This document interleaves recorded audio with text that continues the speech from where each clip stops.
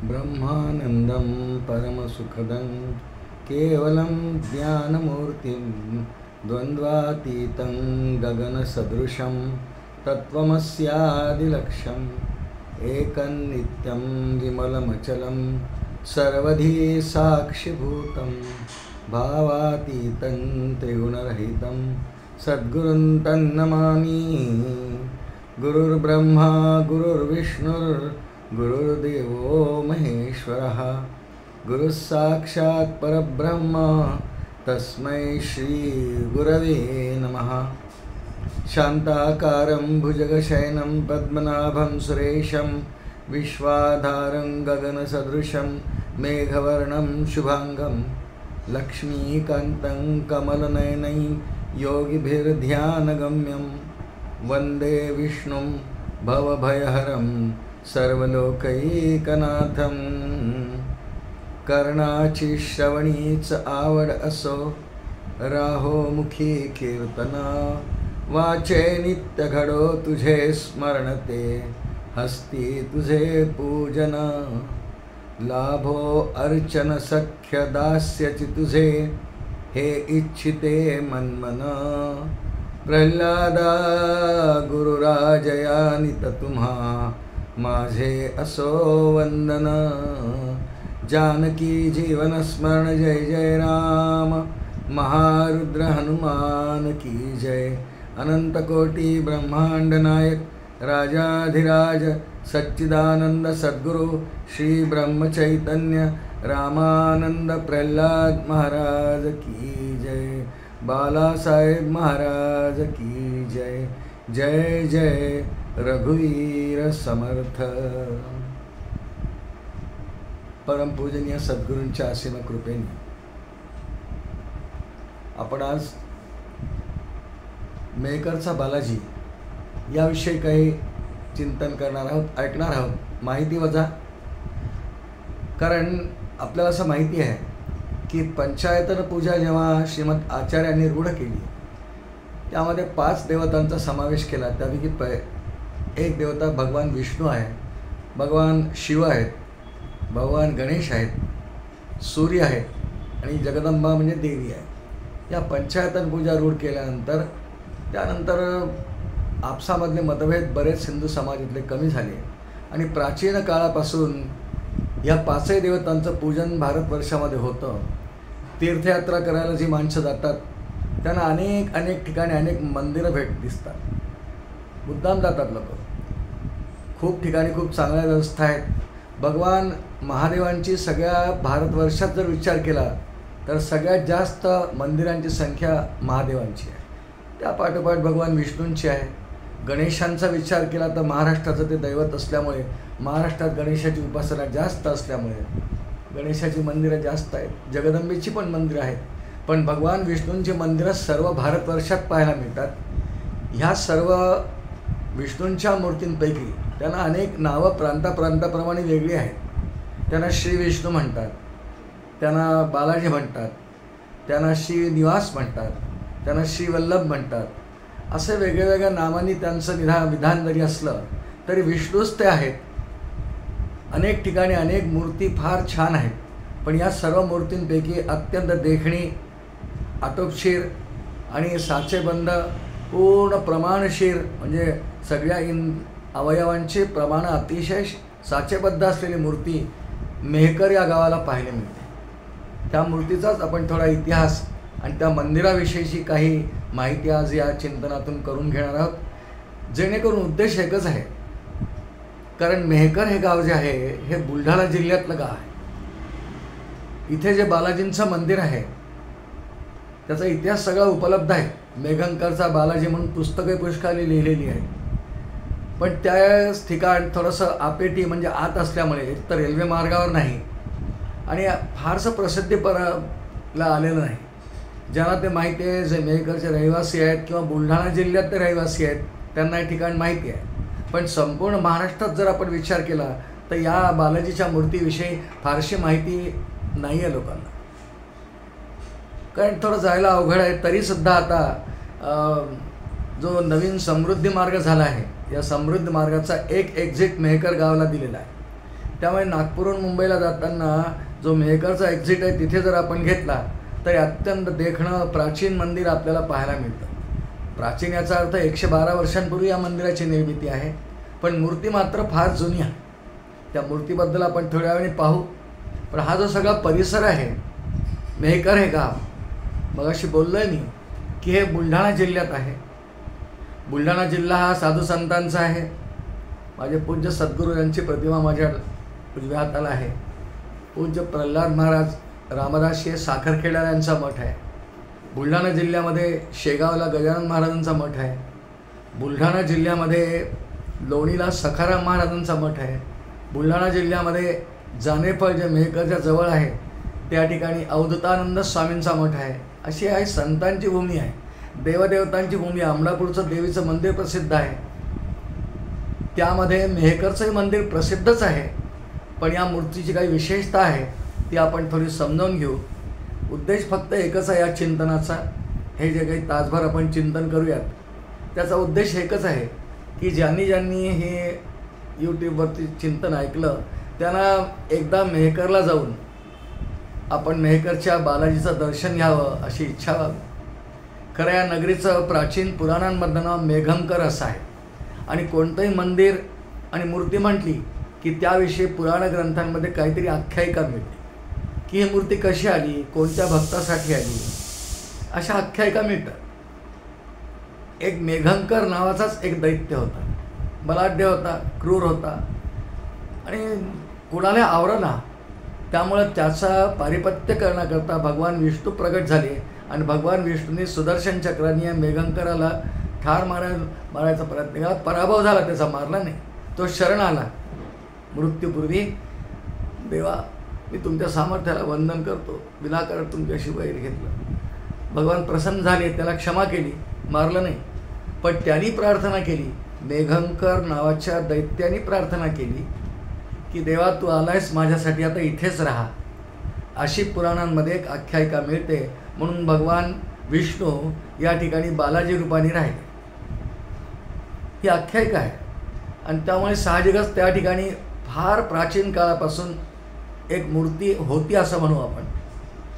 पण पुढच्या काळामध्ये आपल्याला माहिती आहे इतिहास सगळा, यवनांच्या आक्रमणाच्या काळामध्ये ते अत्यंत क्रूर असल्यामुळे, मूर्ती भंजक असल्यामुळे त्यांच्या भारतातल्या आक्रमणाचा किंवा राज्याचा एक असा एक आयामच होता, एक कलम होतं की हिंदूंच्या मूर्तींचा ध्वंस करणे, विध्वंस करणे.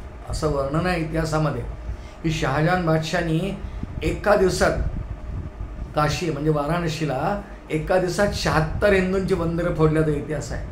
आपल्या इथे तुळजाभवानी फोडली, नाशिकचं काळाराम मंदिर फोडलं, हा त्यांचा इतिहास आहे. मूर्ती मेघंकर दैत्यामुळे इथे भगवान आले, स्थापन झाली. पुढच्या काळात असं मानतात की ही मूर्ती मध्ययुगात स्थापन झाली असावी. ते इतिहास संशोधक आहेत किंवा पुरातत्व विभागाची माणसं आहेत, त्यांच्या संशोधनानुसार ही मूर्ती मध्ययुगात तयार झालेली आहे. मूर्तीचं वर्णन आपण ऐकू थोड्या वेळाने. पण इतकी प्राचीन मूर्ती यवनांच्या काळामध्ये, मध्ययुगातली मूर्ती, यवनांचा काळ खूप मोठा होता, त्यामुळे ही मूर्ती लपवून ठेवावी लागली.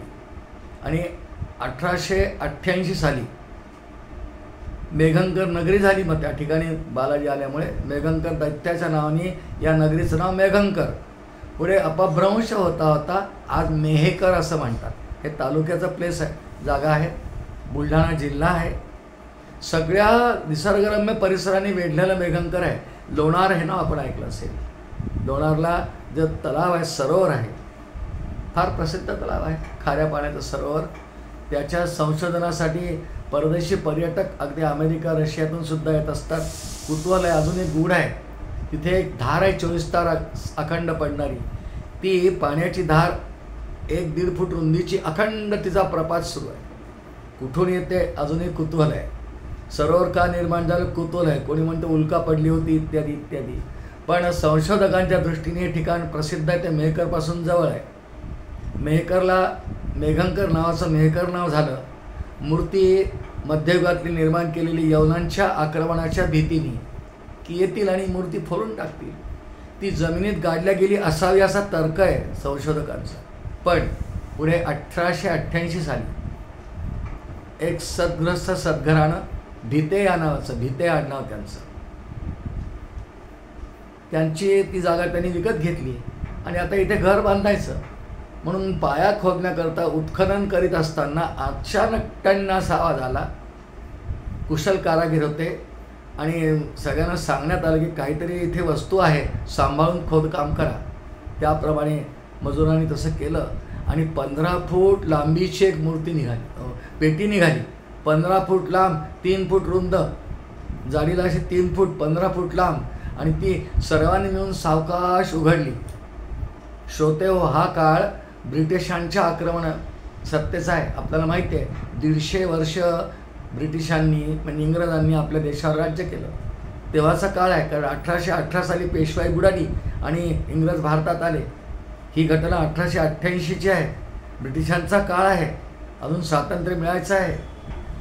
पेटी उघडली, मूर्ती दिसली आणि ती वार्ता त्यावेळेला ब्रिटिशांची प्रत्येक ठिकाणी काही कार्यालय नसायची. त्यांचं मुख्य ऑफिस या वऱ्हाड प्रांताला म्हणायचे. यात मध्य प्रदेशाचा काही भाग यायचा आणि आजचा जो विदर्भ आहे तो काही भाग यायचा. त्याला वऱ्हाड प्रांत म्हणायचे. वऱ्हाड प्रांताचं मुख्य कार्यालय इंग्रजांचं नागपूरला होतं. त्यांच्या कानावर गेली बातमी की एक जमीन उत्खनन करताना एक खूप जुनी मूर्ती मिळाली आहे बालाजीची. करायला शारंगधर म्हणतात. मेहकरचा बालाजी आत्ता आपण म्हणतोय, पण याला शारंगधर म्हणतात. ते का म्हणतात हे आपण थोड्या वेळाने ऐकू. पण मेहकरला अशी एक खूप जुनी मूर्ती मध्ययुगातली सापडलेली आहे. ही वार्ता नागपूरच्या इंग्रजांच्या कार्यालयात गेली आणि त्यावेळी त्या ठिकाणी एक रिचर्ड टेम्पल नावाचा अधिकारी नियुक्त होता. Richard temple. सगळ्या इंग्रजांच्या कार्यपद्धतीची ही एक मुख्य गोष्ट होती की असा काही जुना ठेवा सापडला की तो हस्तगत करायचा आणि लंडनच्या म्युझियममध्ये पाठवून द्यायचा. मुळात ब्रिटिशांचं आक्रमण यवनांच्या आक्रमणापेक्षा सत्तेपेक्षा सौम्य आहे. त्यांनी फार जीवहानी केली नाही, कोणालाही काही त्रास दिला नाही, आपल्या धर्माला बाटवण्याचा प्रयत्न केला नाही. तुम्ही आपल्या धर्मस्वातंत्र्याप्रमाणे कोणती उपासना करू शकता असं मत होतं. पण इंग्रजांची नजर या भारतातल्या एकंदर धनावर, संपत्तीवर, सोन्यावर आणि विशेषतः प्राचीन मूर्तींवर होती. ते फार सौंदर्याचे उपासक असायचे इंग्रज. त्यामुळे मेहकरला अशी मूर्ती सापडली आहे ही बातमी त्या रिचर्ड टेम्पलच्या कानावर जेव्हा गेली, तो नागपूरहून निघाला रातोरात. त्या काळाचे रस्ते, त्या काळचे दुर्गम मार्ग, त्याला यायला सकाळ होणार.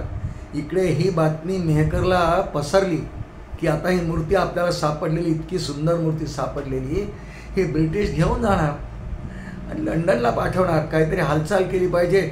सगळे गावकरी एकत्र झाले, सर्व जाती जमातींचे एकत्र झाले की हा दुर्गम ठेवा आपल्या गावात सापडलेला, त्या अर्थी आपल्या गावात इथे मंदिर असावं पूर्वी, पण यवनांच्या धाकाने मूर्ती पुरून ठेवली असावी. पण आता कोणत्याही हद्दीत ही मूर्ती परत ब्रिटिशांना नेता कामा नये, म्हणून काहीतरी केलं पाहिजे. म्हणून काही वेदशास्त्र ब्राह्मणांचा सल्ला घेतला. ते म्हणाले ताबडतोब रातोरात जागून एक छोटंसं मंदिर बांधा, हिची प्राणप्रतिष्ठा आपण करून घेऊ. आणि एकदा प्राणप्रतिष्ठा झाली की इंग्रजांना मूर्ती नेता येणार नाही, कारण आमच्या धर्माचं भंजन ते करत नव्हते. आणि खरोखरच रात्रभर जागून सर्व गावकऱ्यांनी एक छोटंसं कच्चं मंदिर बांधून ही मूर्ती स्थापन करून दिली. कल्पना करा रात्रभरात किती प्रयत्न आणि किती परिश्रम गावकऱ्यांनी केले असतील. कारण मूर्ती काही लहान नाही, अंगठ्यावडी नाही आहे. अंगठ्यावडी मूर्ती देऊळगाव राजाला आहे, ते बुलढाणा जिल्ह्यातच आहे. पण मेहकरचा शारंगधर 11 फूट 2 इंच एवढी उंच मूर्ती आहे. 11 फूट 2 इंच इतकी मोठी मूर्ती स्थापन रात्रभरात केली. तिचं वर्णन थोड्या वेळाने अजून सविस्तर ऐकू आपण. फार विलोभनीय मूर्ती आहे. रिचर्ड टेम्पल आला सकाळी, तोपर्यंत प्राणप्रतिष्ठा होऊन गेलेली. आणि ज्या पेटीमध्ये ही मूर्ती मिळाली श्रोते, ज्या पेटीमध्ये ही मूर्ती मिळाली त्या पेटीमध्ये मूर्तीच्या संदर्भातले 2 ताम्रपट मिळाले. त्या ताम्रपटांवर, ताम्रपट हा एक मुख्य पुरावा मानला जातो. पुरातत्व विभागामध्ये ताम्रपट जेव्हा मिळतात त्याला मुख्य पुरावा मानला, दुय्यम पुरावा नाही, मुख्य पुरावा मानतात. ते 2 ताम्रपट मात्र त्या रिचर्ड टेम्पलने घेऊन गेला. त्यांनी पाहिलं इथे तर गावकऱ्यांनी प्राणप्रतिष्ठा केली, आता जर मी जबरदस्तीने मूर्ती नेली तर ते क्षोभ उठेल, आक्रमण होईल, कदाचित माझ्यावर हल्ला करतील. ते दोघं तिघंच इंग्रज आले होते. त्यांनी मुकाट्याने 2 ताम्रपट घेतले आणि तो निघून गेला. गावकऱ्यांच्या एकोप्याने, संघटनेने, शिस्तीने, परिश्रमांनी मंदिर तर तयार झालंच, पण इतकी सुंदर विलोभनीय मूर्ती, जी मूर्ती उत्खननात सापडलेली 1888 साली, ती काही इंग्रजांना नेता आली नाही. आणि म्हणून मेहकर नगरीचं भाग्य की आज बालाजी तिथे विराजमान आहे. पुढच्या काळामध्ये या मूर्तीची विधिवत प्राणप्रतिष्ठा श्रोते हो. आणि म्हणून अतिशय औचित्यपूर्ण अशा दिवशी, आज ज्या दिवशी रेकॉर्डिंग आपण करतो आहोत, आपल्यासमोर मी प्रस्तुत करतो आहे, आज मार्गशीर्ष शुद्ध पंचमी आहे. नागदिवाळी म्हणतात तिला पंचांगामध्ये. अनेकांकडे हा कुळाचाराचा सणही असतो. 1913 साली मार्गशीर्ष शुद्ध पंचमी या तिथीला शुभ दिवशी मुहूर्त पाहून या मूर्तीची विधिवत प्राणप्रतिष्ठा माझे सद्गुरू परमपूजनीय प्रल्हाद महाराज रामदासी साखरखेडा यांचे सर्वात मोठे बंधू, कारण हे काळे आहेत, 4 भाऊ आहेत. हे सगळ्यात मोठे वासुदेव शास्त्री, ज्यांना बाबाजी म्हणायचे, सगळेच अधिकारी, सगळे अग्निहोत्री, अत्यंत धर्मनिष्ठ, पूर्ण घराणं वैदिक परंपरेने चालणारं, घरी वेधशाळा साखरखेड्याला असायची. ते बाबाजी, त्यांच्या हातून पंचकुंडी महायज्ञ करण्यात आला, विधानमान केलं. जानेपळला अवधूतानंद नावाचे एक सत्पुरुष दत्त संप्रदायाचे होते, ते आले. आणि प्रल्हाद महाराज गिरोलीकर नावाचे एक सत्पुरुष या भागात होते गिरोलीला, त्यांच्या हातून विधिवत प्राणप्रतिष्ठा मार्गशीर्ष शुद्ध पंचमी इसवी सन 1913 या मूर्तीची झाली आहे. बाबाजी, ज्यांचा उल्लेख आत्ता केला, अत्यंत निस्पृह वृत्तीचे होते. यांचं अध्ययन काशीहून प्रकांड पंडित होऊन आलेले पुरुषोत्तम शास्त्री जोशी यांच्याकडे जिंतूर या गावाला झालं होतं. प्रस्थानत्रयीचा अभ्यास होता. श्रीकृष्ण भक्त होते. त्यांनी पंचकुंडी यज्ञ इथे केला. प्रल्हाद महाराज गिरोलीकरांनी स्थापना केली आणि सर्वांनी विनंती केली की तुमच्या हातून पंचकुंडी महायज्ञ झाला, आता मंदिर तयार झालं आहे, कळसापर्यंत गेलं आहे, परिसरही खूप मोठा आहे, मंदिराचं वर्णन ऐकू आपण थोडे वेळ. त्यामुळं पुढं इथं काही दिवस आपणच मूर्तीची पूजा करण्याकरता राहा. सगुणाची पूजा कशी करावी याचा आदर्श वस्तुपाठ बाबाजींनी दिला. रंगवून जायचे, खूप रंगून जायचे. 4 वर्षपर्यंत अयाचित वृत्तीने, म्हणजे काही न मागता, कशाची अपेक्षा न करता, मानधन न घेता, पगार न घेता, बाबाजींनी म्हणजे पूज्य प्रल्हाद महाराजांचे वडील, सर्वात मोठे बंधू, ज्येष्ठ बंधू, त्यांनी इथे 4 वर्ष पूजा केली आहे. पुढच्या काळात ही पूजेची धुरा प्रल्हाद महाराजांच्या मोठ्या भावाने सुरू केलेली परंपरा, प्रल्हाद महाराजांचे धाकटे भाऊ पुरुषोत्तम बुवा त्यांना म्हणायचं. हे काळे घराणं आहे, पण पुरुषोत्तम बुवा हे किंबहुण्यांकडे दत्तक गेले असल्यामुळे त्यांना पुरुषोत्तम बुवा किंबहुणे म्हणायचे आणि टोपण नाव त्यांना भाऊच म्हणायचे. इतकं आपल्याला विस्ताराने सांगण्याचं कारण असं आहे श्रोते हो, माझं सगळं बालपण मेहकरला गेलं आहे. मी भाऊंना पूजा करताना पाहिलं आहे. जसं बाबाजी अत्यंत रंगून सगुणाची पूजा करायचे, गंध लावायचे, हार घालायचे, आरत्या म्हणायचे, डोळ्यात पाणी यायला असायचं, तशीच पूजा भाऊ म्हणजे पुरुषोत्तम शास्त्री किंबहुने करायचे. यांनी बहुत काळपर्यंत 50 वर्ष यापुढे यांनी पूजा केली. पुढे त्यांनी देह ठेवला, पण जवळपास 55 वर्ष भाऊंनी अत्यंत रंगून पूजा केली. कशी करावी शिकवलं, कारण मूर्तीच तेवढी विस्ताराने मोठी आहे श्रोते हो. मूर्तीची 11 फूट 2 इंचाच्या मूर्तीची पूजा करणं सोपं आहे का? आपण कल्पना करा. जे कोणी मेहकरला जाऊन आले असतील, त्यांच्या समोर जर मूर्ती आली तर मूर्तीच्या कपाळाला आपला हात पुरत नाही ना. म्हणून बाजूला 2 असे चौथरे आहेत, त्याच्यावर एक लाकडाची फळी ठेवतात. हे आम्ही बालपणी शाळेत जाताना रोज दृश्य पाहिलेलं आहे. त्याच्यावर उभे राहायचे पुरुषोत्तम बुवा आणि वरतून अभिषेक वगैरे करून वरतून खालपर्यंत तिला सजवत यायचे. तिला पुष्पहार घालणं, तिला गंधविलेपन करणं, तिच्या गळ्यात माळा घालणं, तिला मुकुट परिधान करणं. वास्तविक तशीच ही मूर्ती अत्यंत देखणी आहे. म्हणजे तशी उघडी मूर्ती सहसा भक्तांना पाहायला मिळत नाही, कारण आता मुख्य गाभाऱ्याला काचेचा तावदानही केला आहे. त्यातूनच बघावी लागते. पण पूजेच्या वेळी जर आपण कोणी गेलात आपण, तर मात्र मूर्तीचं सगळं वैभव पाहायला मिळतं. 11 फूट 2 इंच उंच, 5 फूट अशी रुंद आणि 2 फूट जाड, 2 फूट 2.5 फूट जाड, काय छाती असेल. आणि एका काळ्या पाषाणाची बनलेली मूर्ती आहे. सगळे अवयव अत्यंत रेखीव आहेत, डोळे अत्यंत तेजस्वी आहेत, सगळीकडे मुद्रा इत्यादी लावतात गालापासून वगैरे, सुंदर विलोभनीय मूर्ती दिसते. वरती मुकुट जो आहे, मूर्तीवरती तसेच सगळे दागिने अलंकार, पितांबरधारी मूर्ती आहे. शंखचक्र गदा पद्म 4 हातात आहे, कारण विष्णूंची मूर्ती आहे. बालाजी म्हणतो आपण त्याला, मेहकरचा बालाजी किंवा मेघंकरचा बालाजी. विलोभनीय आहे, देखणी काळ्याशार पाषाणाकडे. असं इतिहास संशोधकांचं म्हणणं आहे की एवढी मोठी उंच देखणी मूर्ती विष्णूंची संपूर्ण भारतवर्षात नाही, 1 क्रमांकावर ठेवतात. कारण देखणीच खूप आहे. विष्णूंच्या मोठ्या मोठ्या मूर्ती असतील, थोड्याशा अवयव त्यांचे प्रमाणबद्ध नसलेल्या म्हणा, ओबडधोबड म्हणा, किंवा नुसत्या दगडाच्या कोरलेल्या म्हणा, हा पाषाण काळाशार जसा शाळीग्राम असतो ना, तशा पद्धतीचा चमकणारा, मूळ ओरिजिनल चमक आहे. मुकुट जो आहे, त्या मुकुटावरती काही चिन्ह आहेत. प्रभावळ जी आजूबाजूला आहे दगडातच कोरलेली शाळीग्रामाच्या, त्यामध्ये भगवान विष्णूंच्या अंबरीषासाठी घेतलेल्या 10 अवतारांची चित्र कोरलेली आहेत. उजव्या खांद्यावर ब्रह्मदेव आहेत, डाव्या खांद्यावर या मूर्तीच्या भगवान शंकर आहेत. आणि मुकुट जो आहे, त्या मुकुटावर सुद्धा हे जवळून जर पाहता आली तरच दिसतं, हे दुरून हे पाहता येत नाही. पण आजकाल विज्ञान युगामध्ये जवळून घेतलेले फोटो, क्लोजअप ज्याला म्हणतात, गुगलवर याचे पुष्कळ फोटो उपलब्ध आहेत. मूर्तीच्या मुकुटावरती सुद्धा भगवान विष्णूच, पण आसनस्थ बसलेले, खाली बसलेले विष्णूंची मूर्ती आहे. तिथे सुद्धा हाती धनुष्य आहे आणि भगवान विष्णूंच्या धनुष्याचं नाव आहे शारंगधर. शारंग धनुष्याचं नाव आहे.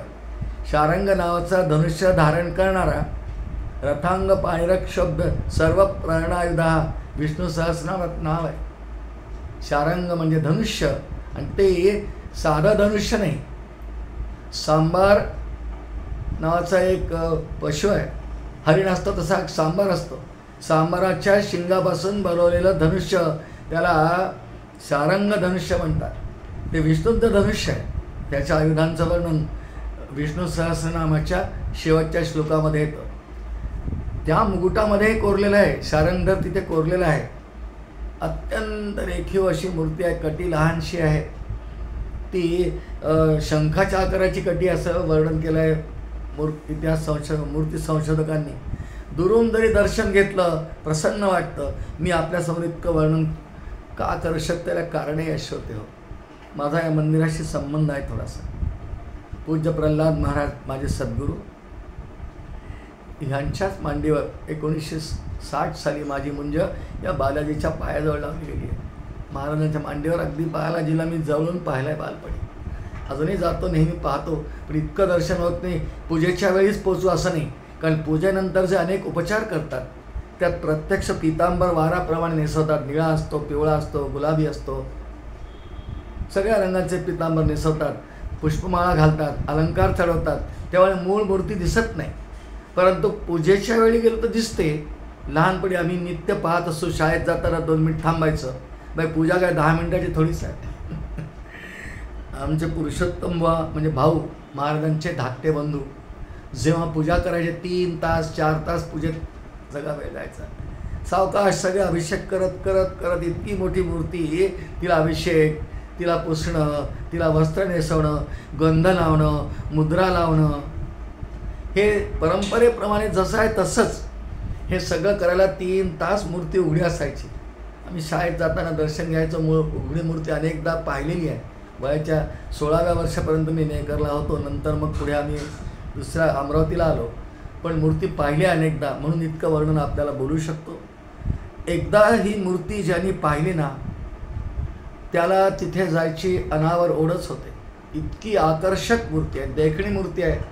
अवयव अत्यंत प्रमाणबद्ध, दुरून पहा तेजस्वी, आणि मुख्य म्हणजे या मंदिराचाच एकंदर जर का विचार आपण केला तर पूज्य प्रल्हाद महाराजच नाही, अनेक संत या मंदिरात मंदिर निर्मितीपासून येत गेले म्हणत नाही, अजूनही सुरू आहे.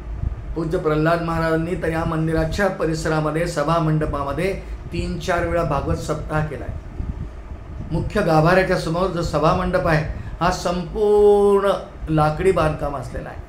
मोठे मोठे खांब आहेत, जवळजवळ 55 फूट उंची आहे छताची आणि 16 खांब आहेत, 8 इकडून 8 इकडून, आणि सगळं वरतून लाकडी बांधकाम. अजूनही या इतकं जुने झालं तरी काही त्यात बदल केला नाही. आता आजकाल डेव्हलपमेंट करतात, रिनोव्हेशन करतात. या सभा मंडपात अजून काहीही केलेलं नाही, करायची गरज पडली नाही. इतकं मजबूत ते बांधकाम आहे. एकाच वेळी 500 ते 700 इतके श्रोते म्हणा, भक्त म्हणा, आरतीच्या वेळी गर्दी होते, चारी बाजूनी उभे राहू शकतात. शिवाय मुख्य सभा मंडपाच्या तीनही बाजूंनी मोठमोठ्या ओवऱ्या ज्याला म्हणतो आपण, त्याही कव्हर्ड, पाऊस लागणार नाही अशा, ऊन लागणार नाही अशा तीनही बाजूंनी अशा ओवऱ्या आहेत, 12-12 फूट रुंदीच्या आहे. तिथे भक्त असतात. उत्सव जेव्हा असतो, साहजिकपणे नागदिवाळीला ज्या मूर्तीची प्राणप्रतिष्ठा झाली, मेहकरच्या बालाजीचा मुख्य उत्सव जो आहे तो नागदिवाळीला लागूनच असतोय. फार मोठा उत्सव असतोय, कारण मूर्ती सापडल्याचा उत्सव आहे, प्रतिष्ठापनेचा उत्सव आहे, मोठ्या प्रमाणात साजरा होतो. यावर्षी मूर्ती सापडून तिची प्राणप्रतिष्ठा होऊन 1913 साली स्थापना झाली. 112 वर्ष पूर्ण, 113वा वर्ष मूर्तीला लागणार आहे आज, ज्या दिवशी आपण रेकॉर्डिंग करतो आहोत. आणि त्याचं औचित्य साधून हे चिंतन आपल्यासमोर ठेवायचा प्रयत्न करतो आहे. खूप मोठा परिसर, संपूर्ण गर्भगृह ज्यात भगवान प्रतिष्ठित आहेत ते सगळं बांधकाम दगडामध्ये आहे, म्हणून एवढं मजबूत आहे. मंदिराला परिक्रमा करता येते. समोर खूप मोठं पटांगण आहे आणि मंदिराच्या मागच्या बाजूला जाऊन परिक्रमा करताना जर आपण कळसाकडे पाहिलं तर 1x1 दगड असे त्यामध्ये ते बांधकाम आहे. आणि त्याच्यावर एक वाक्य लिहिलेलं अजूनही आठवतं आम्हाला. लहानपणी आम्हाला खूप गंमत वाटायची. त्याच्या मागे लिहिलं आहे, परिक्रमा करताना आजही दिसतंय, अशी वेळ पुन्हा येणार नाही असं लिहिलं आहे. अशी वेळ म्हणजे कशाची वेळ? श्री बालाजीच्या दर्शनाची. आपण इथे उपस्थित आहात हे आपलं भाग्य आहे. कारण भगवान मेघंकर दैत्यावर कृपावंत होऊन त्याचा पराभव झाला तरी दैत्याची इच्छा पूर्ण करण्याकरता या मूर्तिरूपाने इथे राहिले असं हिचं वर्णन आहे ना. म्हणजे भगवान इथे प्रत्यक्ष आलेले आहेत, त्यांचे चरणकमल या परिसराला लागलेले आहेत, म्हणून आपण भाग्यवान आहात. म्हणून वर तिथे लिहिलं आहे, अशी वेळ पुन्हा येणार नाही. मंदिर उत्तर दक्षिण स्वरूपाचं आहे. भगवंतांचं मुख म्हणजे मूर्तीचं मुख उत्तर दिशेकडे आहे. फार विलोभनीय दृश्य आहे. संपूर्ण मेघंकर नगरी अशी थोडी उंचावर आहे, पर्वतावर आहे. पश्चिम दिशेला 2-3 मंदिरं आहेत. हनुमंतांचं आहे, शनीचं आहे, देवीचं आहे, असे 3 लहान लहान मंदिरं आहेत. आणि त्याच्या मागे मेहकरच्या वैभवात भर घालणारी पैनगंगा नदी आहे. या पैनगंगा नदीच्या काठावरती पितळे महाराजांचा नरसिंहाचा मठही आहे, तोही आहे. खूप मेहकरचं वैभव आहे. छान दृश्य आहे. आणि जे पश्चिम दिशेला मंदिरांच्या समोर जे मंदिर संपल्यावर आणि तिकडच्या छोट्या मूर्तींच्या मध्ये जे पटांगण आहे, आम्ही खूप खेळलो इथे लहानपणी. राष्ट्रीय स्वयंसेवक संघाची शाखा इथे भरत असे. जुना काळ आहे खूप, 1960-65चा सांगतो आहे. खूप गर्दी व्हायची, कारण काही मीडिया साधनं काहीच नव्हती. खूप गर्दी व्हायची शाखेमध्ये. खेळ खेळायचं, दर्शन घ्यायचं. आरतीच्या वेळेला शाखा संपायची. सगळे शाखेतले स्वयंसेवक येणारे लहान मुलांपासून मोठ्यापर्यंत मंदिरात आरतीला यायचे, प्रसाद घेऊन मग घरी जायचे. असं एक सुंदर वातावरण इतक्या लहान गावात होतं.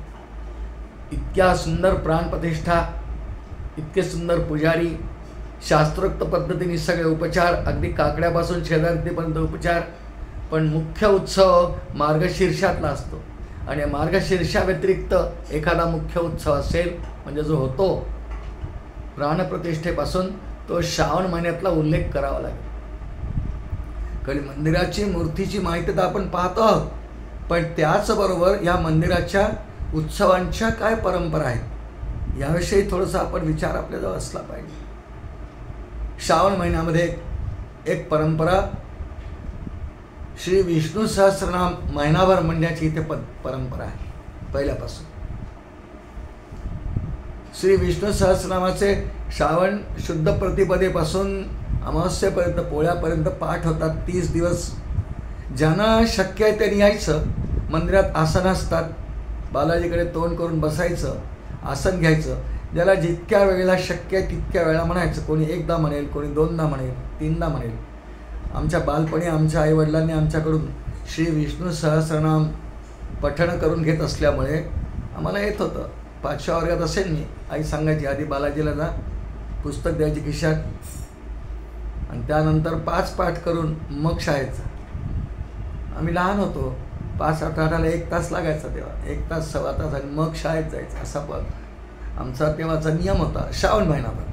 आणि श्रावण महिन्यानंतर ह्या एकंदर उपक्रमाची समाप्ती व्हायची. आणि समाप्तीला मग एखादं छान कीर्तन, प्रवचन, सर्वांना महाप्रसाद, हे श्रावण महिन्याचा कार्यक्रम, ही परंपरा या मंदिराची आहे, अजूनही आहे. अजूनही श्रावण महिना म्हटला की सगळी मेहकरची मंडळी लहानांपासून मोठ्यापर्यंत आतुरतेने वाट बघतात. आणि मला विष्णू सहस्रनामाच्या पाठामध्ये किती आहुती अर्पण करता येतील याचा विचार करीत असतात श्रोते हो. आणि त्यामुळं या श्रावणाच्या पाठांचं महत्त्व आहे. इथं कार्तिक महिन्यात एक अजून उपक्रम आहे. कार्तिकात काकडा होतो. पुष्कळाने शब्द ऐकला असेल, कुरवंडी नावाचा. कुरवंडी नावाचा शब्द आहे. हे कार्तिकातल्या काकड्याच्या समाप्तीला असलेलं एक वैभव आहे या मंदिराचं. पुष्कळ मंदिरांमध्ये कुरवंडी करतात.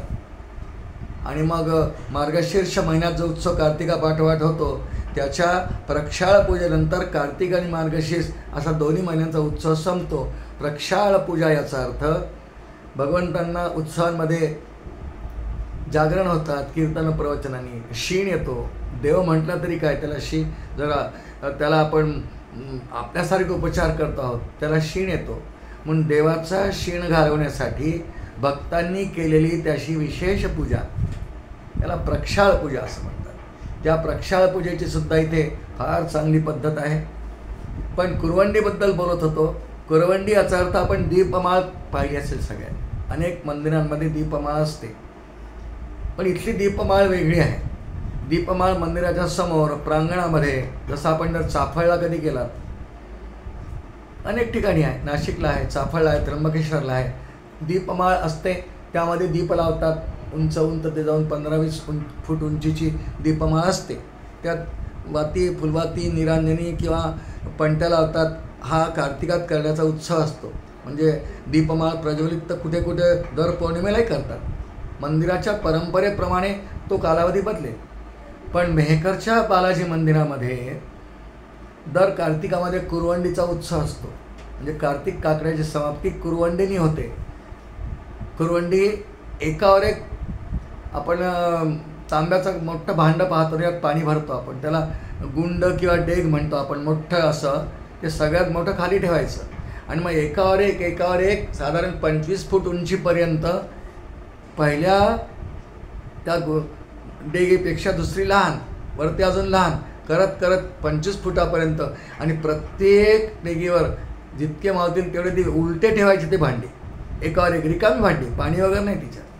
आणि त्याला मग दिवे लावायचे, पणत्या लावायच्या किंवा तुपाच्या निरांजनी लावायच्या. आणि सर्वात वरती एक दिवा ठेवायचा. आणि मग त्या कुरवंडीची गाणी वगैरे पदं आहेत. आमचे पुरुषोत्तम भाऊ ज्यांचा उल्लेख आपण केला आहे, भाऊ महाराज स्वामी पुजारी होते, त्यांनी कुरवंडीचे पदं केले आहेत. त्यांनी शारंगधराची सुंदर आरती केलेली आहे. फार चांगले कवी होते, अतिशय भक्तिभावाने, पण प्रसिद्धीपरायण भाऊ. फार परिमित बोलायचे, पण अखंड पुरुषोत्तमाच्या सेवेत राहायचे. सकाळी 3-4 तास पूजा, संध्याकाळची सगळी उपासना. ठाऊक नाही. बालाजी मंदिराच्या पटांगणामध्ये श्रोते हो, खूप मोठं पटांगण आहे. म्हणजे बालाजीच्या उजव्या हाताला, म्हणजे पूर्व दिशेला खूप मोठं पटांगण आजही आहे.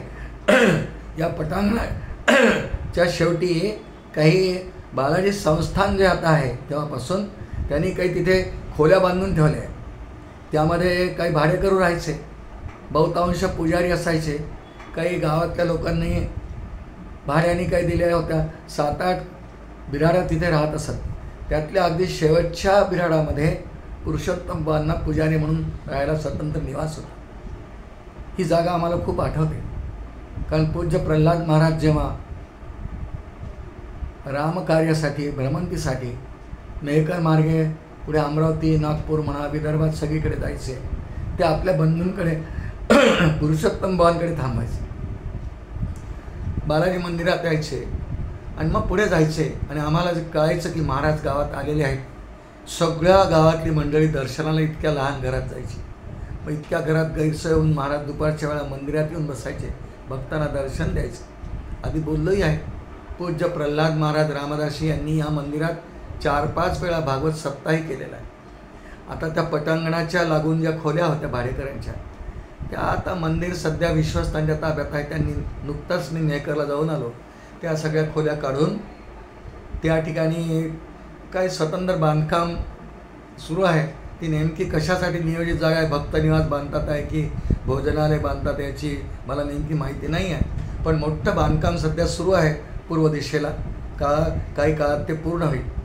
परगावहून येणाऱ्या माणसांसाठी मेहकरला रोज प्रसाद आहे संस्थांतर्फे. दर गुरुवारी सुद्धा प्रसाद आहे संध्याकाळच्या आरतीच्या वेळेला, कोणीतरी त्याला देतात. आणि भक्तांना प्रसादाची सोय आहे, अभिषेक आहे. आपण स्वेच्छेने देणगीसुद्धा देऊ शकता. प्रल्हाद महाराजांच्या एकंदर चरित्राचा श्रोते हो. या बालाजी मंदिराशी फार घनिष्ठ संबंध आहे. पूज्य प्रल्हाद महाराज नेहमीच मेहकरला यायचे, भाऊ तिथे असल्यामुळे.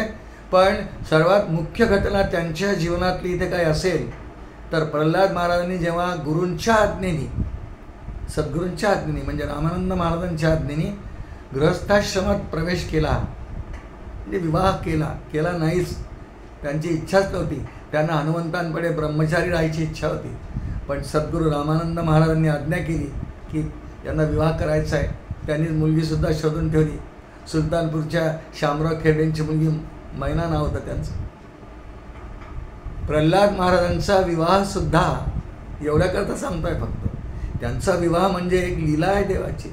जन्मतेनी प्रसंगे माऊलींची ओवी आहे, हे त्यांच्या विवाहाचं खरं वर्णन आहे.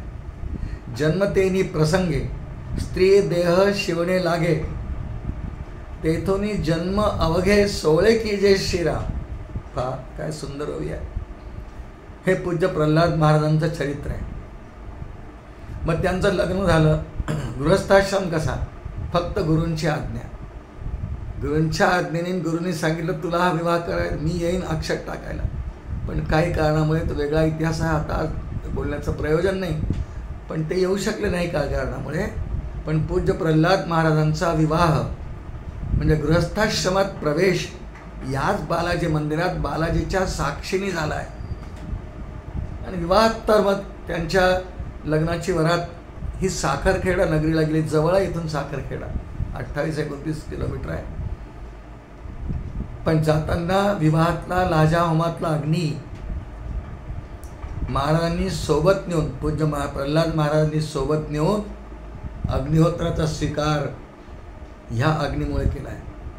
ही रीत आहे आपल्या इथली की लाजा होमात जो अग्नी प्रदीप्त होतो त्याच अग्नीने पुढे अग्निहोत्राचा स्वीकार करावा लागतो. काळे घराण्यामध्ये सगळेच अग्निहोत्री आहेत. यांचे वडील सुद्धा नारायण शास्त्री, मुकुंद शास्त्री अग्निहोत्री आहेत. त्यांचे वडील नारायण शास्त्री तेही अग्निहोत्री आहेत. त्यामुळे पूज्य प्रल्हाद महाराजांनी अग्निहोत्र विवाहानंतर जे स्वीकारलं तो विवाह श्री बालाजी मंदिर मेहकर या ठिकाणी झाला. इसवी सन 1910 मार्गशीर्ष शुद्ध त्रयोदशी या तिथीला 1910 साली पूज्य महाराजांचा विवाह झाला. फार मोठा प्रसंग घडला. पुढे अनेक वेळा भागवत कथा केल्या. मंदिरात अनेक साधू सत्पुरुष तेव्हाही येत होते, आजही येतात. आणि एक छान परंपरा या मंदिराची आहे. पंढरपूरला माहिती आहे आपल्याला, आषाढीला खूप गर्दी असते, खूप भाविक येतात. दिवसेंदिवस गर्दी वाढती आहे. वारकरी खूप निष्ठेने जातात. अनेक ठिकाणच्या दिंड्या येतात, पालख्या येतात, अनेक संस्थानांमधून पालख्या जातात. त्याचप्रमाणे एक पालखी बुलढाणा जिल्ह्यातच आहे, सर्वांना ऐकून माहिती आहे. सद्गुरू गजानन महाराज यांची पालखी जाते. तिचा जाताना मार्ग वेगळा असतो. सद्गुरू गजानन महाराजांची पालखी पंढरपूरकडे प्रस्थान ठेवते, चालते तेव्हा वेगळ्या मार्गाने, पण परतीच्या प्रवासामध्ये शेगावला जाताना पालखीचा मुक्काम आवर्जून श्री बालाजी मंदिरात असतो. अजूनही ती परंपरा आहे. या ठिकाणी सगळ्या वारकऱ्यांची निवास व्यवस्था, रात्रीचा भोजन प्रसाद, सकाळचा काकडा करून दुसऱ्या दिवशी सकाळी ही सगळी शेगावची मंडळी शेगावकडे प्रस्थान ठेवतात. या मंदिराच्या अशा अनेक परंपरा, संत महंत आचार्यांनी पुनीत झालेली जागा. 113 वर्ष 13 लागला. नागदिवाळीचा दिवस आहे. मार्गशीर्ष शुद्ध पंचमीलाचं रेकॉर्डिंग आपल्यासमोर प्रस्तुत करतो आहे. आणि आधी आपल्याशी बोलल्याप्रमाणे मंदिरं तर खूप आहेत. आपण सगळे मंदिरांचे उपासक आहोत. रामदास स्वामींनी दासबोधामध्ये एक ओवी लिहिली आहे, ध्यान देवाचे करावे, ध्यान देवाचे करावे अथवा देवालयाचे करावे, हेच बरे विवरावे आपुले ठाई श्रीराम. मेहकरच्या बालाजीची मूर्ती डोळ्यासमोरून ध्यान करावं किंवा बालाजी मंदिराचा सभामंडप, गर्भगृह, परिक्रमेचा मार्ग, पटांगण हे सगळं डोळ्यासमोर आणावं. समोरची पैनगंगा नदी. ध्यान देवाचे करावे अथवा देवालयाचे करावे. देवालय म्हणजे मंदिर, देऊळ. हे करावं, हेची बरे विवरावे आपले ठाई. त्यानिमित्ताने भगवंतांचंच ध्यान होतं. आणि म्हणून भगवान श्री विष्णू, ज्यांना आपण बालाजी म्हणतो, पंचायतन पूजेमध्ये प्रधान असलेले भगवान श्री विष्णू यांचं एक नाव बालाजी. खरं शारंगधर, मेहकरचा शारंगधर, पण मेहकरचा बालाजी म्हणूया आपण. शारंग धनुष्य त्यांनी धारण करतो विष्णू म्हणून शारंगधर. मेघंकरचा खरं म्हणजे, पण पुढे मेहकर झालं. त्याची काही माहिती वजा चिंतन आज आपण करण्याचा प्रयत्न केला. मी पुन्हा म्हणतो, याचा उद्देश एकच आहे की जेणेकरून ज्यांनी अजूनही मंदिर नाही बघितलं आहे, अजूनपर्यंत ज्यांच्या जीवनामध्ये मेहकरच्या बालाजीच्या दर्शनाचा योग आलेला नाही आहे, त्या सर्वांना या ठिकाणी जाऊन बालाजीचं दर्शन आपण घ्यावं. मंदिर परिसर पाहावा. शक्य असेल तर एखाद्या उत्सवाच्या वेळी जावं. खूप स्वागत होईल आपलं. कोणी स्वागत लोक करतील यात वाद नाही आहे, पण मुख्य बालाजी महाराज सगळ्यांचं खूप स्वागत करतात, भक्तांना संतुष्ट करतात. आणि अनेक जण तरी या ठिकाणी नवसही बोलतात. ती आहेच आपल्या इथे रूढी परंपराच आहे आणि लोकांचे पूर्ण होतात तो नवस. अन्नदान करतात पुष्कळ लोक, सहभागी होतात उत्सवांमध्ये. काया वाचा आणि मने, काया वाचा आणि मने सद्भावे भगवंत अर्चने या नाव अर्चन भक्ती. काया वाचा आणि मने जीवे चित्ते वित्ते जीवे प्राणे सद्भावे भगवंत अर्चने या नाव अर्चन भक्ती श्रीराम. हे समर्थांनी दासबोधात अर्चन भक्तीचं वर्णन केलेलं आहे. आपण सर्व भाविक आहात. सर्वांनी एकदा तरी मेहकरच्या या बालाजी मूर्तीचं अवश्य दर्शन घ्यावं, असं मी आपल्या सर्वांना नम्रपणे आवाहन करतो आहे. मी तर खूप भाग्यवान आहे. आमचं सगळं कुटुंबच, माझी आई सौभाग्यवती सिंधुताई देशपांडे, पूज्य प्रल्हाद महाराजांचा अनुग्रह होता. काय भाग्य आमच्या कुटुंबाचं माहिती नाही. ह्या मंदिरात जे मुख्य उत्सव व्हायचे, खूप मोठे मोठे कीर्तनकार इथे यायचे. त्यात नानाभाऊ सिंदखेडकर होते, निजामपूरकर महाराज यायचे, मोठे मोठे माणसं, बाबासाहेब सालपेकर यायचे नागपूरहून. या सगळ्यांची कीर्तन सेवा असायची. 9-10 दिवसांचा उत्सव असतो. आणि आमचं काय भाग्य आमच्या घराण्याचं माहिती नाही. माझी आई सौभाग्यवती सिंधुताई देशपांडे, हिलाही तिथे कीर्तन सेवा मिळायची. आम्ही लहान होतो, फारसं काही कीर्तन तेव्हा समजायचं वय नव्हतं, पण कीर्तन रंगायचं. पूर्ण कीर्तन सभामंडप भरलेला. आणि कधीकधी या उत्सवामध्ये अनेक संत सत्पुरुष यायचे आणि पहिल्याच रांगेमध्ये सगळे संत बसायचे. पूज्य प्रल्हाद महाराज गिरोलीकर, मगाशी त्यांचं नाव घेतलं, अवधूतानंद महाराज जानेफळ, लोणीचे सखाराम महाराज, ही सगळी माणसं यायची. आणि त्या ठिकाणी आमच्या आईची कीर्तन सेवा व्हायची. सो ते डोलायचे. आणि नानाभाऊ सिंदखेडकर हे उत्तम कीर्तनकार होते, सिंदखेडचे. सिंदखेड नावावरून हे जवळ गाव इथून जिजाऊ मासाहेबांचं माहेर आहे ना, सिंदखेड राजा तिथले राहणार आहे, म्हणून नानाबुवा सिंदखेडकर त्यांना म्हणायचे. स्वतःही उत्तम कथा करायचे. आणि आमच्या आईच्या कीर्तनाला सुंदर हार्मोनियमचे, म्हणजे तेव्हा पेटी म्हणायचे, पेटीचे साथ करायचे, मध्यांतरात गाणं गायचे. फार सुंदर गळा होता. महिना महिना कुठे कीर्तन सेवेला जायचे, तसे मेहकरला आवर्जून यायचे. त्यांचं आणि पूज्य प्रल्हाद महाराजांचं थोडंसं दुरून नातंही होतं, त्यामुळे या मंदिरात त्यांना यायला आवडायचं. त्यांचे चिरंजीव पुढच्या काळात त्या मेहकर नगरीत स्थायिकही झाले, अजूनही राहत असतील, कल्पना नाही आता.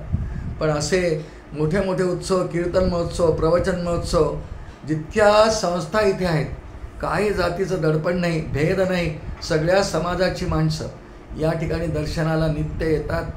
आरतीच्या वेळी तर खूप गर्दी असते, त्यावेळेला खूप लोक येतात, उत्सवांमध्ये सहभागी होतात आणि बालाजीची मनापासून सेवा करतात. मी तसं एक कुटुंब पाहिलं आहे. मला सुद्धा इतकं भाग्याने 93, 94, 95 म्हणजे 1993, 94, 95 हे 3 वर्ष मला सुद्धा स्वतःला या मंदिरात तिन्ही वर्षे एक वेळा प्रवचन सेवा करायची संधी मिळाली आहे बालाजीच्या अगदी समोर. आणि त्यावेळेला इतकं मन भरून आलं की ज्या बालाजीसमोर माझी मुंज लागली पूज्य प्रल्हाद महाराजांच्या मांडीवर वयाच्या 10व्या वर्षी, आज महाराजांनी मला इथे प्रवचनकार म्हणून व्यासपीठावर बसवलं. इतका आनंद व्हायचा. आणि आमच्या आईला कीर्तनकार म्हणून ओळखणारी मंडळी, भाई सिंधुताईच्या श्यामचं प्रवचन आहे का, ऐकायला गर्दी करायची. ही गोष्ट जुनी आहे, 30 वर्षापूर्वीची.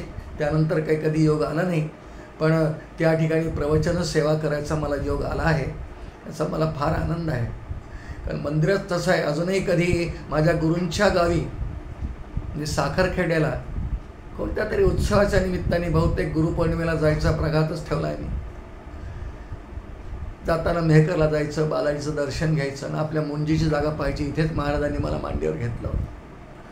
बालाजीला डोळे भरून पाहायचं, आईचं स्मरण करायचं की आईने इथे कीर्तन केली आहेत, कीर्तन सेवा केली आहे. त्यावेळेच्या सगळ्या भक्तांना आठवायचा प्रयत्न करायचा. ज्या वास्तूमध्ये महाराज राहायचे ती आता नाही आहे, ठेवली नाही आहे, म्हणजे नवीन बांधकाम सुरू आहे, पण त्या दिशेकडे पाहायचं, इथे पूज्य महाराज राहिलेले आहेत त्या वास्तूमध्ये. श्रोते हो, सगळ्या आठवणी येतात. अजूनही मनापासून सेवा करणारी गावात सगळ्या जाती जमातीचे लोक आहेत. माझ्या प्रवचनांच्या निमित्ताने ज्यांच्याकडे मी उतरलो होतो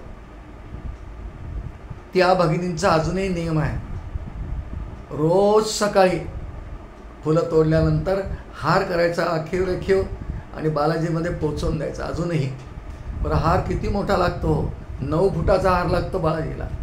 त्याच्या गुडघ्यापर्यंत आहे. तिला असे हार बनवतात, तगरीचे असो, कण्हेरीचे असो, जास्वंदाचे असो, त्यात कलावतू टाकून ते सुंदर हार अजूनही अर्पण करण्याचा नेम त्या भगिनीचा आहे. नाही बालाजी कृपा करणार, होते कृपा.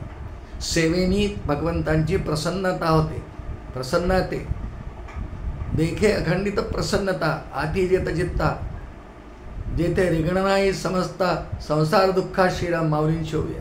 जेथे रिगणे नाही समजता संसार दुःखा, प्रसन्नता अशी चित्ताला होते, समाधान वाटतं. अजूनही इतक्या वर्षांपासून त्या भगिनी, जवळपास 40 वर्षांपासून आमचा हार जातोच पण बालाजीला रोज सकाळी. बघा काय सेवा आहे.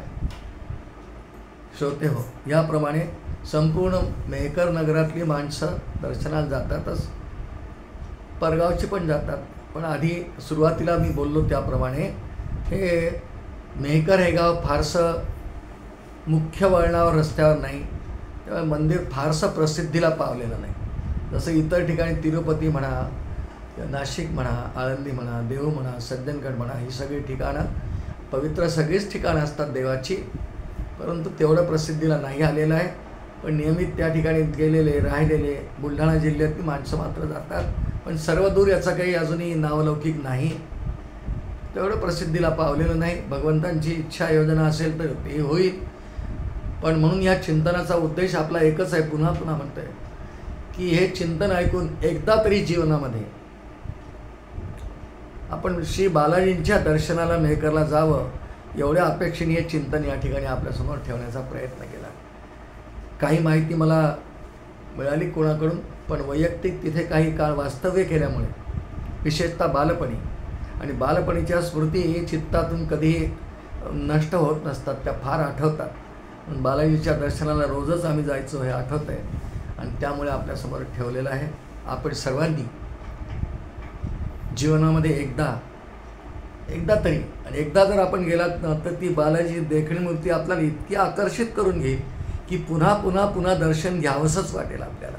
इतकी विलोभनीय सुंदर देखणी साचेबद्ध मूर्ती, जसं काही असं वाटतं की एखादा पुरुष आपल्यासमोर उभा आहे का. आपल्यापेक्षा उंची जास्त असलेला 11 फूट 2 इंच काय उंची होती असं पाहावं लागतं मला तिकडे.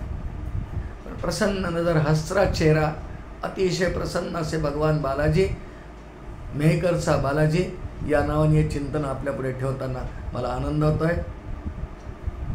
हे सर्व चिंतन माझे पूज्य सद्गुरू प्रल्हाद महाराज आणि भगवान मेहकरचे बालाजी यांच्या चरणी समर्पित करतो आणि वाणीला विराम देतो. श्री लक्ष्मी व्यंकटेश गोविंद गोविंद गोविंद. अनंतकोटी ब्रह्मांड नायक राजाधिराज सच्चिदानंद सद्गुरु श्री ब्रह्मचैतन्य रामानंद प्रल्हाद महाराज की जय.